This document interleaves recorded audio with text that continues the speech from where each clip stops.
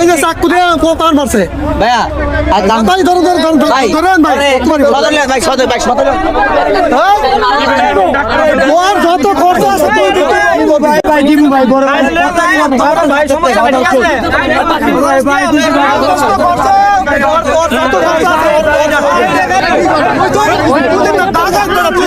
ভাই আমি বুঝছেন ভাই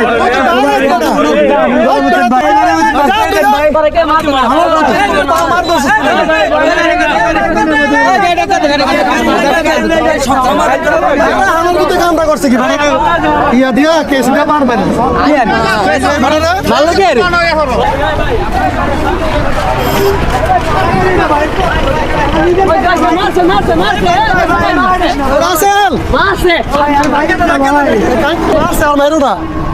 মনে করো আমি নামছি নাইমা দেখি বেড়ারে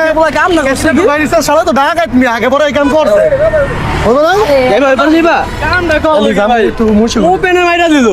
টাকাই রয়েছে কি মারছ কিছু মারা নাই না মারছে ওরা মারতেছে তুমি আসিলা না আর এই মাই লাগতো না নেশা করে নেশা করেছে ওরে ওনে যত খরচ আছে যাবতীয় খরচ তো দিবই লগে কো যত আছে এইদিক করলে হয়ে যায় কথা লয়ে যাইব ওটারে আর ওরে ধরে নিতেছে ওরে ধরে লয়ে যাইতেছে তো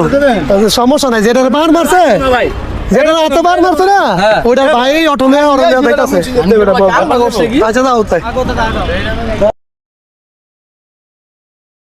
তো বন্ধুরা এতক্ষণ আপনারা যে গ্যাঞ্জামটি দেখতে পেলেন এটি আসলে আমাদের মুক্তারপুর ব্রিজের গোড়ায়। তো আমরা যারা প্রতিনিয়ত এইদিকে যাতায়াত করি আমরা কোথায় নিরাপদ একটু ভেবে দেখেছে যেই লোকটাকে ছুরি দিয়ে আঘাত করেছে উনি হচ্ছে একটি অটো ড্রাইভার আর যিনি আঘাত করেছে উনি হচ্ছে একটি মিশুক ড্রাইভার। তারা নিজেরাই কথোপকথন করে এক পর্যায়ে ঝগড়া লেগে যায় আর তখনই এক পর্যায়ে মিশুক ড্রাইভার অটো ড্রাইভারকে ছুরিতে আঘাত করে। কিন্তু আমরা প্রতিনিয়ত যারা এখান দিয়ে যাতায়াত করি